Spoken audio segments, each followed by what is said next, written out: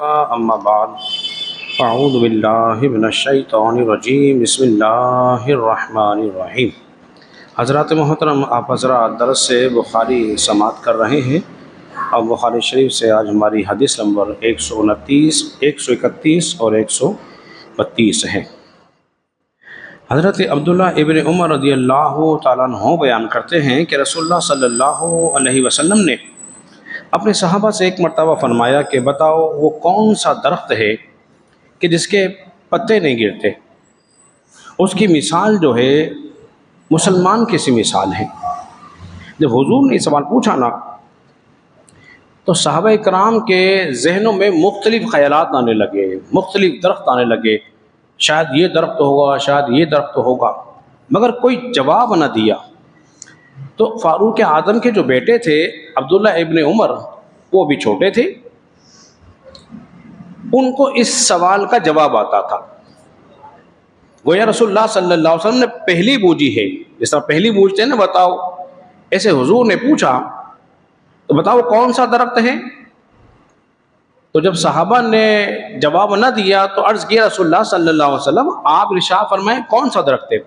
आपने फरमाया वो खजूर का दरख्त है।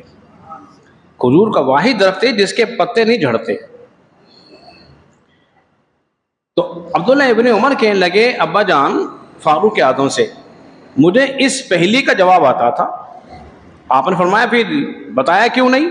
कहने लगे मुझे हया आई, बड़े बड़े लोग मौजूद थे, उनकी मौजूदगी में मैं छोटा जवाब दूं। फारूक आज़म ने कहा, बेटा अगर तू उसका जवाब दे देता उस वक्त मुझे सुर्ख ऊंटों से भी ज्यादा महबूब प्यारा होता। इस हदीस की शरह हमने हदीस नंबर 61 के अंदर बयान कर चुके हैं। इमाम बुखारी इसको 6 मकामात पर लेकर आए हैं।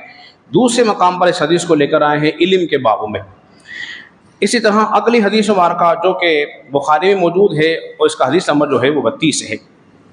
इस हदीस के जो रावी हैं हज़रत अली मुर्तज़ा शेर खुदा रज़ियल्लाहु ताला अन्हु हैं। हज़रत अली फरमाते हैं कि मुझे कसरत से मुझे मज़ी आती थी, और मैं रसूलुल्लाह सल्लल्लाहु अलैहि वसल्लम का दामाद था। मुझे शर्म आती थी कि मसला हुजूर से पूछूं। तो फरमाते हैं कि मैंने हज़रत मिक़दाद से कहा कि तुम जाओ ना जरा रसूलुल्लाह की बारगाह में, और मसला तो पूछो। हज़रत मिक़दाद जब हाजिर हुए और इस मसले को दरियाफ़्त किया तो आप सल्लल्लाहु अलैहि वसल्लम ने इरशाद फरमा दिया, इससे वुज़ू होगा, गुस्ल नहीं होगा। मज़ी के आने से गुस्ल वाजिब नहीं होता, लेकिन वुज़ू टूट जाता है। हज़रत मिक़दाद कौन है? मिक़दाद बिन असवद रज़ियल्लाहु ताला अन्हु, ये वो सहाबी है, ये बदरी सहाबी है। कौन से सहाबी हैं? ये बदरी सहाबी है, और इस्लाम लाने में इनका 6ठा नंबर है। यानी कि पहले पहले ईमान लाने वालों में हज़रत मिक़दाद बिन असवद का शुमार होता है।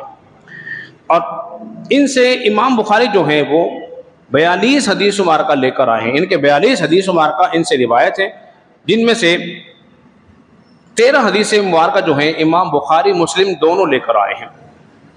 और 72 साल की आपने उम्र पाई, और 33 हिजरी में इनका विसाल हो गया है। यानी कि सैयदना उस्मान गनी रज़ियल्लाहु अन्हु के ज़माने खिलाफत में आपका विसाल हो गया था, और सैयद उस्मान गनी रज़ियल्लाहु अन्हु ने उनकी नमाज जनाजा पढ़ाई।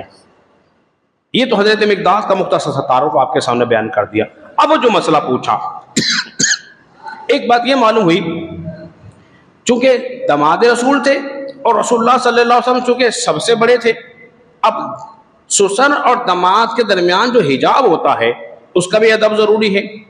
इस हदीस से ये बात मालूम हो गई, कोई ऐसी बात अपने ससुर से नहीं करनी चाहिए जो शर्मो बोले हया वाली हो, उसमें इज्तिनाब बरतना चाहिए। जैसे कि हजरत अली ने बोले इज्तिनाब बरता, बल्कि रसूलुल्लाह से पूछा और किसी और को भेजा। अब ये भी मसला समझ लीजिए, चूंकि मज़ी का जो आना है वो बोसो किनार के साथ आता है। जब इंसान अपनी ज़ौजा के साथ हो और बोसो किनार करे तो उससे इंसान को मज़ी आ जाती है। लेकिन एक होती है मज़ी, एक है वदी, एक है मनी। तीनों मुख्तलिफ शे हैं, इन तीनों का हुक्म अलहदा-अलहदा। अगर मज़ी जो है उछाल के साथ अपने हफ्शा से जुदा हो तो गुस्ल फर्द हो जाएगा।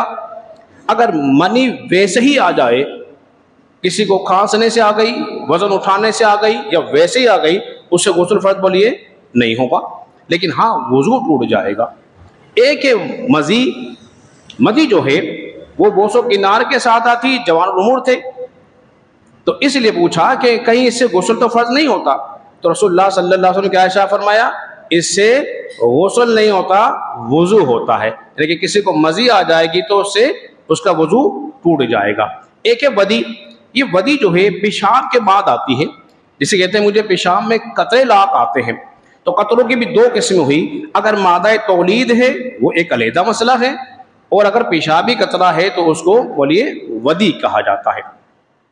वदी के आने से वजू, नाके से वजू टूट जाता है। और वजू टूटने के असबाब ज़हन में रख लीजिए, आपको आसानी से मसला समझ में आ जाएगा। वो जानते हो क्या है? वो है पखाने या पेशाब के मकाम से किसी भी चीज़ का खारिज होने से वजू टूट जाता है। क्या समझे? पखाने या पेशाब के मकाम से किसी भी चीज़ का खारिज होना वजू को बोलिए तोड़ देता है। क्या आपने समझ लिया?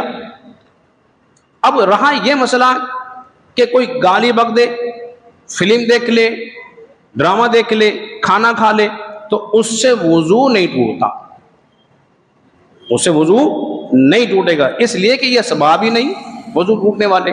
जो वुजू के तोड़ने वाले असबाब हैं उनमें से पहला जो मसला है वो यही है कि मर्द या औरत के मकाम अगले या पीछे मकाम से किसी चीज़ का खारिज होना। अगर हवा खारिज हो जाए जिसे री कहते हैं तो वो भी वुजू, नाके से वजू टूट जाएगा।